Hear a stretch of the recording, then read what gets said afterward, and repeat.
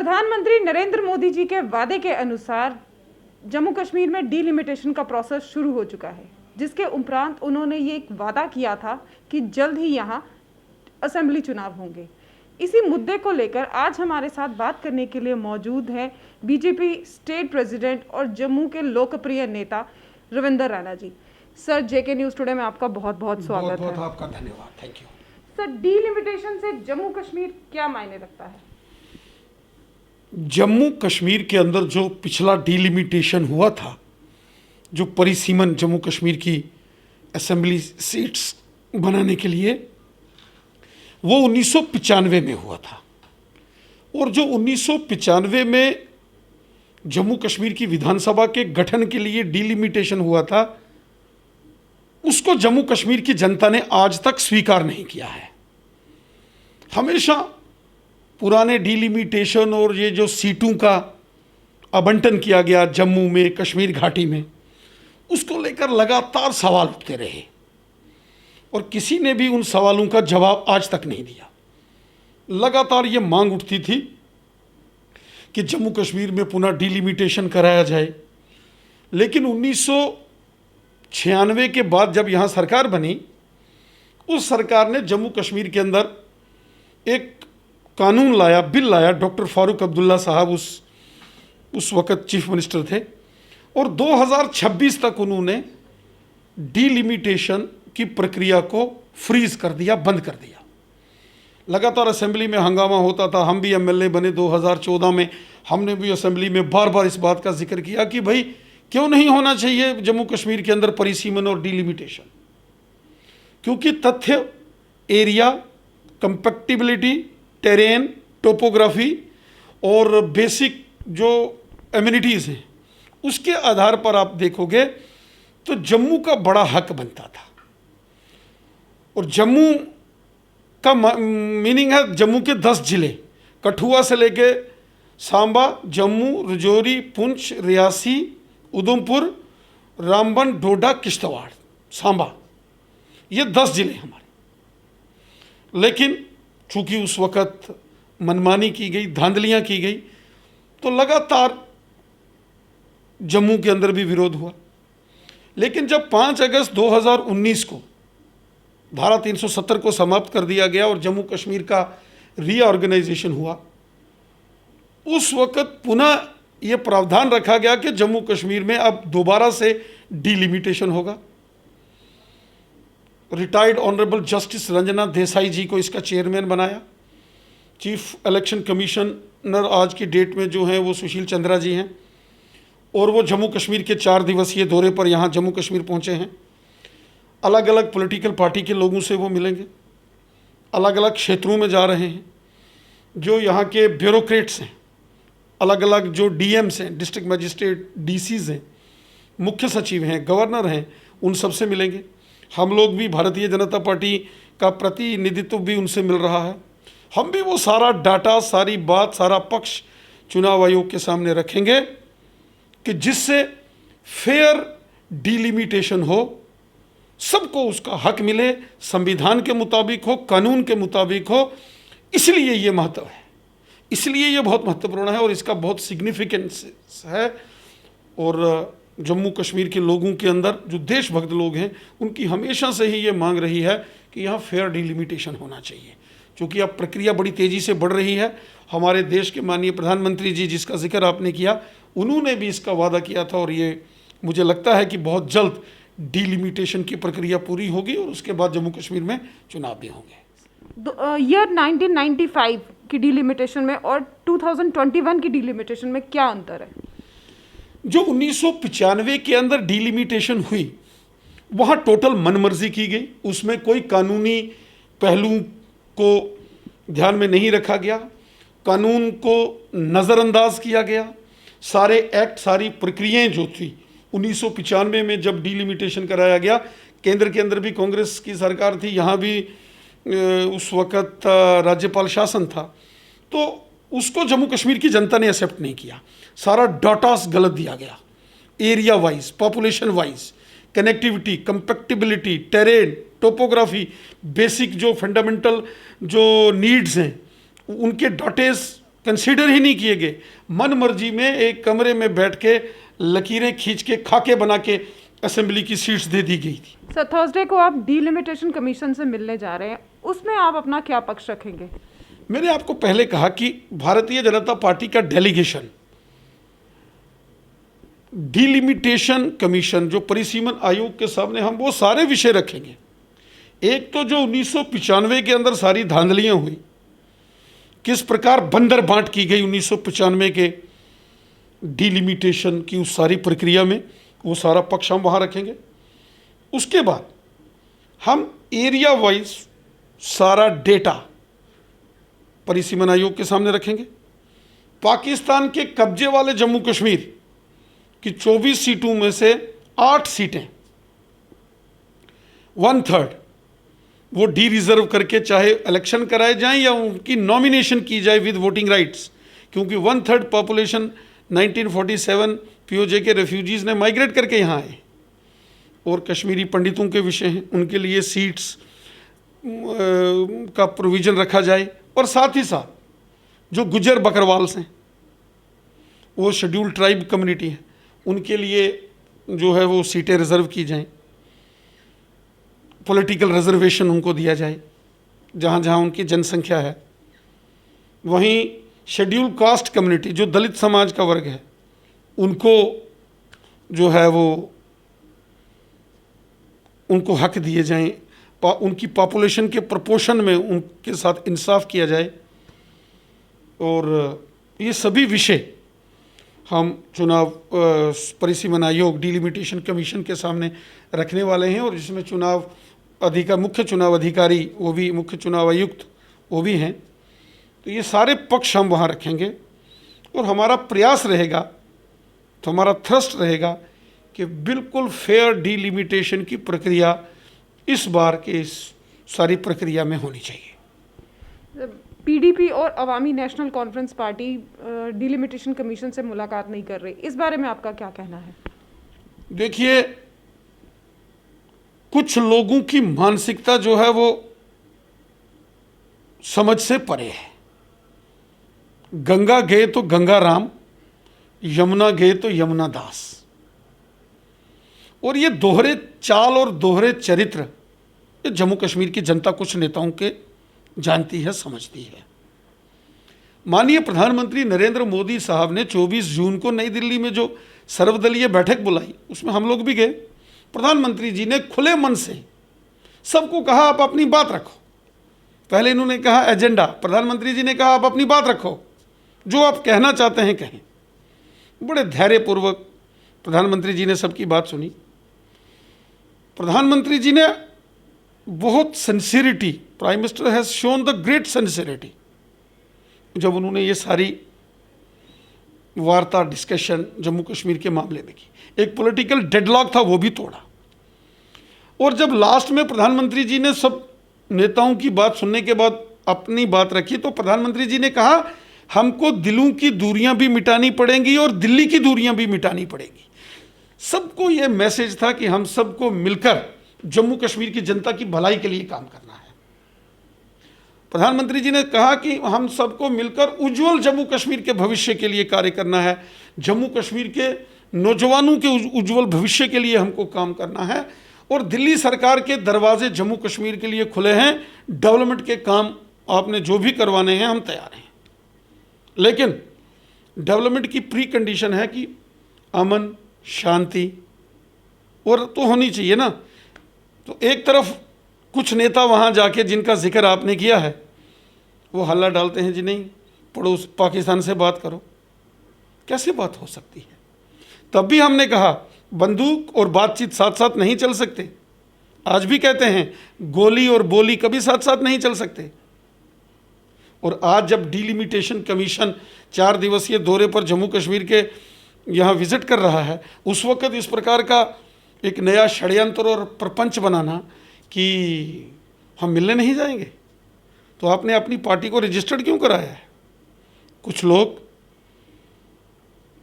गलत तरीके से राजनीतिक रोटियां सेक रहे हैं, कुछ लोग जनमानस की लाशों पर राजनीति करना चाहते हैं, वो हम होने नहीं देंगे। ये हिंदुस्तान है, कानून के मुताबिक सारा कार्य चलता है, किसी की मनमर्जी नहीं चलेगी। ये जम्मू कश्मीर भारत भूमि का हिस्सा है, ये भारत भूमि है, ये किसी के बाप दादा की जागीर नहीं है, पर्सनल प्रॉपर्टी नहीं है कि जिसको जो मर्जी आए खैरात में बांटता फिरेगा। ये जम्मू कश्मीर है और ये हिंदुस्तान है। जम्मू कश्मीर में आप इलेक्शंस कब तक देखते हैं, चुनाव? देखिए, डिलिमिटेशन कमीशन ने अपना काम शुरू किया है और बहुत जल्द कमीशन जो है ये जब अपनी सारी प्रक्रिया पूरी कर देगा और ये सारी रिपोर्ट बना के पब्लिक डोमेन में वो डालेंगे। पब्लिक डोमेन में जब उनकी रिपोर्ट आएगी तो उसके बाद लोगों को अगर कहीं को ऑब्जेक्शन होगा तो वो ऑब्जेक्शन फाइल किए जाएंगे और अंततोगत्वा फाइनल रिपोर्ट बन के आएगी और उसके बाद जम्मू कश्मीर की हदबंदी जो विधानसभा की सीटों की वो तय हो जाएगी। मुझे लगता है कि आने वाले 4-6 महीने में ये सारी प्रक्रिया पूरी हो जाएगी। जैसे ही परिसीमन सीटों का, जम्मू कश्मीर की विधानसभा की सीटों का पूरा होगा, उसके तुरंत बाद जम्मू कश्मीर के अंदर असेंबली के इलेक्शन होंगे। हमारा देश एक डेमोक्रेटिक कंट्री है, लोकतांत्रिक मूल्यों के ऊपर स्थापित हमारा देश है। हमारे देश में लोकतंत्र का बोलबाला है, दुनिया का सबसे बड़ा लोकतंत्र भारत में है।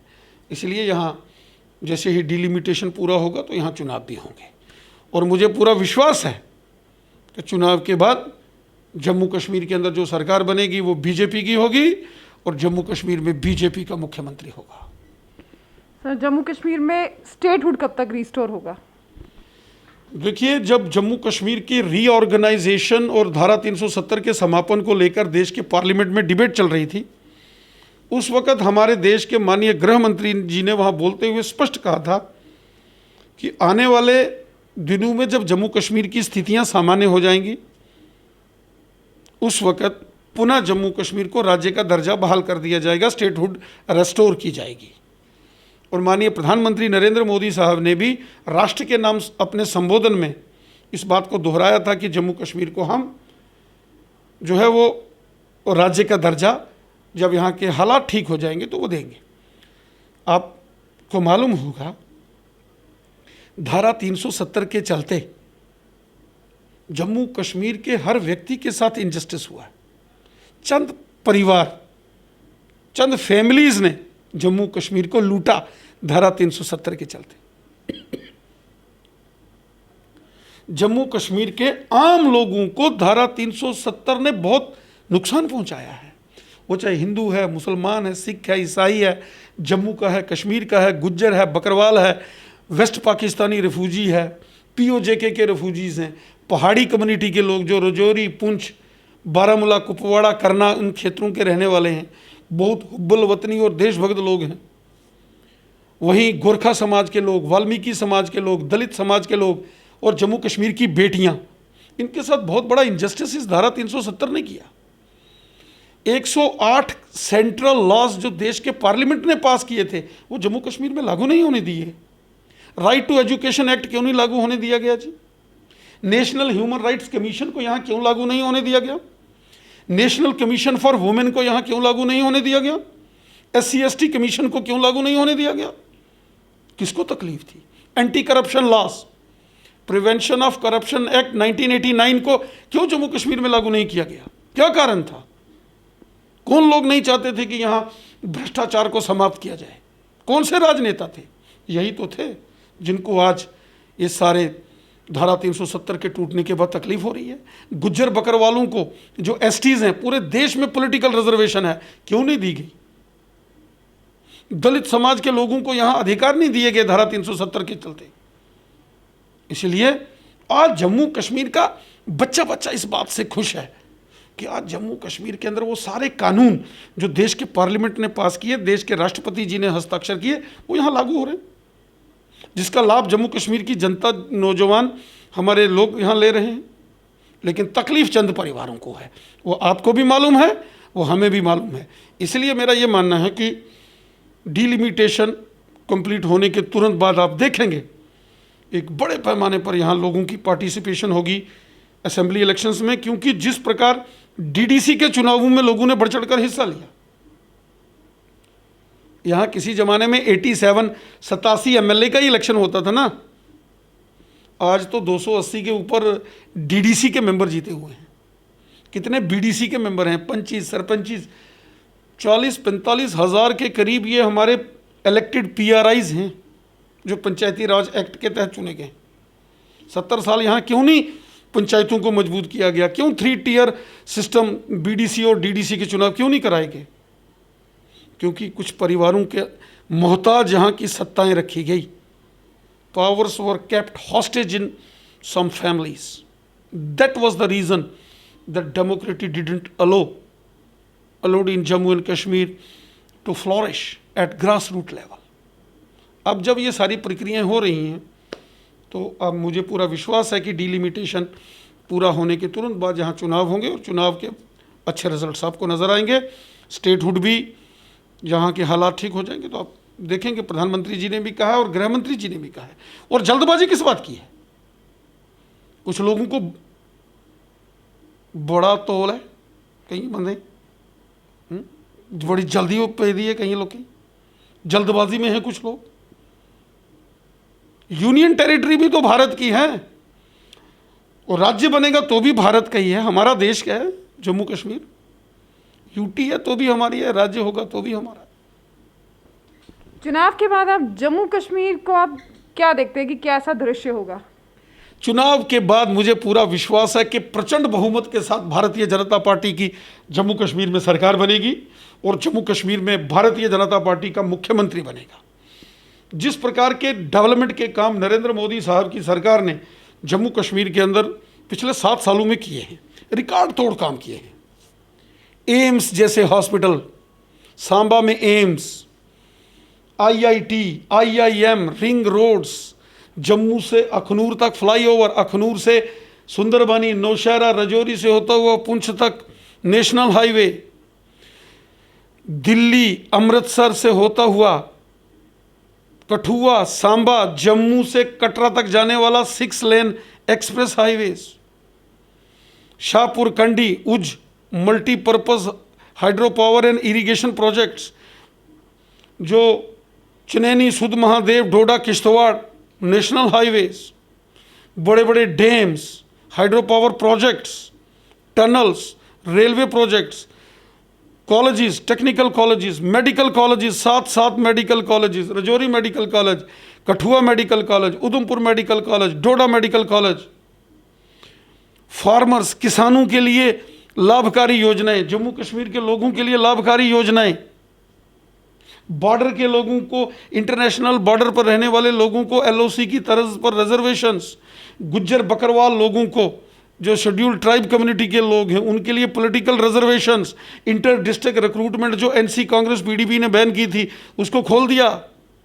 पहाड़ी लोगों को, पहाड़ी कम्युनिटी के लोग जो कि 80% मुसलमान हैं, उसमें हिंदू और सिख भी हैं, रजौरी, पुंछ, डोड और बारामूला और कुपवाड़ा, उन लोगों को पहली बार अगर किसी ने हक दिया तो मोदी सरकार ने दिया। जम्मू कश्मीर की बेटियों को हक दिया तो मोदी सरकार ने दिया। जम्मू कश्मीर की जनता के जख्मों पर अगर मरहम लगाने का काम किसी ने नेक नियति से किया तो वो मोदी सरकार है। इसलिए मुझे पूरा विश्वास है कि जब भी यहाँ चुनाव होंगे भारतीय जनता पार्टी प्रचंड बहुमत के साथ जम्मू कश्मीर में अपनी सरकार बनाएगी और जम्मू कश्मीर का अगला मुख्यमंत्री भारतीय जनता पार्टी का होगा। सर, अंत में बहुत ही छोटा सा सवाल लेकिन बहुत ही इम्पोर्टेंट सवाल, क्या हम जम्मू कश्मीर के फ्यूचर चीफ मिनिस्टर से बात कर रहे हैं? देखिए, भारतीय जनता पार्टी कार्यकर्ता आधारित पार्टी है। यहाँ एक चाय बेचने वाले परिवार में पैदा हुए एक छोटे से बालक अपनी मेहनत और काबिलियत के दम पर देश के प्रधानमंत्री बन सकते हैं नरेंद्र मोदी साहब। तो भारतीय जनता पार्टी का कोई भी कार्यकर्ता इस श्रेष्ठतम कार्य को कर सकता है। भारतीय जनता पार्टी की सरकार बनना जरूरी है, कौन व्यक्ति बनेगा ये महत्वपूर्ण नहीं है। महत्वपूर्ण ये है कि भारतीय जनता पार्टी का चीफ मिनिस्टर होना चाहिए। केंद्र में हमारी सरकार है, यहाँ हमारी सरकार होगी, अच्छे से काम करेंगे, सबका साथ, सबका विकास, सबका विश्वास, इस मूल भाव से काम करेंगे, सब जनता को उसके अधिकार देंगे।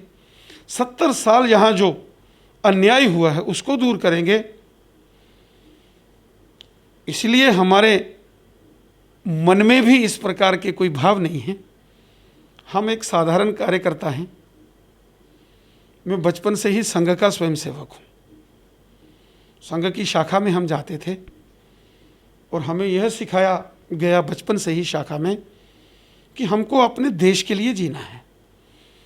हमें यह सिखाया गया कि ये भारत कोई मिट्टी का टुकड़ा नहीं है, ये हमारी माँ है, ये हमारी भारत माता है। हमने अपनी माँ की सेवा के लिए कार्य करना है। जंगे आज़ादी के दौर में जब अमर शहीद भगत सिंह, सुखदेव, राजगुरु, अशफाकुल्ला खां, चंद्रशेखर आज़ाद, तात्या टोपे, रानी झांसी, वीर सावरकर, मंगल पांडे जैसे असंख्य, लाला लाजपत राय जी जैसे क्रांतिकारी वीरों ने अपने बलिदान दिए, कुर्बानियाँ दी। भगत सिंह इसलिए नहीं शहीद हुए थे कि वो भगत सिंह शहीद होंगे तो उनके शहीद होने के बाद उनको भारत रत्न मिलेगा, इसलिए नहीं। वो इसलिए शहीद हो गए कि वो देश के लिए काम करते थे। तो हम भी अपने देश, अपनी मातृभूमि के लिए काम करते हैं।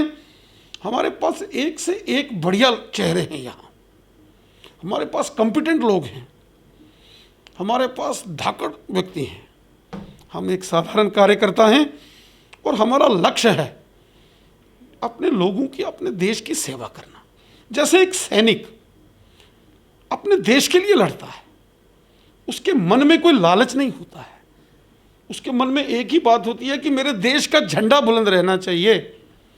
मैं उसी प्रकार अपने देश, अपने भारत माता का वो सिपाही हूँ जो अपने देश के लिए काम करता हूँ। और आज से लगभग 21-22 वर्ष पहले जब मैंने अपना घर छोड़ा था और मैं संघ में प्रचारक के नाते से मैं कार्य करने के लिए निकला था, कुछ बनने के लिए नहीं, देश सेवा के लिए और कुछ करने के लिए हमने एक मिशन लिया है। उसी भाव से हम आगे कार्य करते रहेंगे और हमारा मिशन है जम्मू कश्मीर को सशक्त जम्मू कश्मीर बनाना, मजबूत जम्मू कश्मीर बनाना। सर, जेके न्यूज़ टुडे से बात करने के लिए धन्यवाद। Thank you very much. तो ये थे BJP state president Ravinder Raina ji, जिन्होंने हमें बताया कि डीलिमिटेशन के बाद क्या अहम बदलाव आने वाले हैं जम्मू कश्मीर में। कैमरामैन सुरजीत सिंह के साथ मैं नीतू सिंह, जेके न्यूज़ टुडे, जम्मू।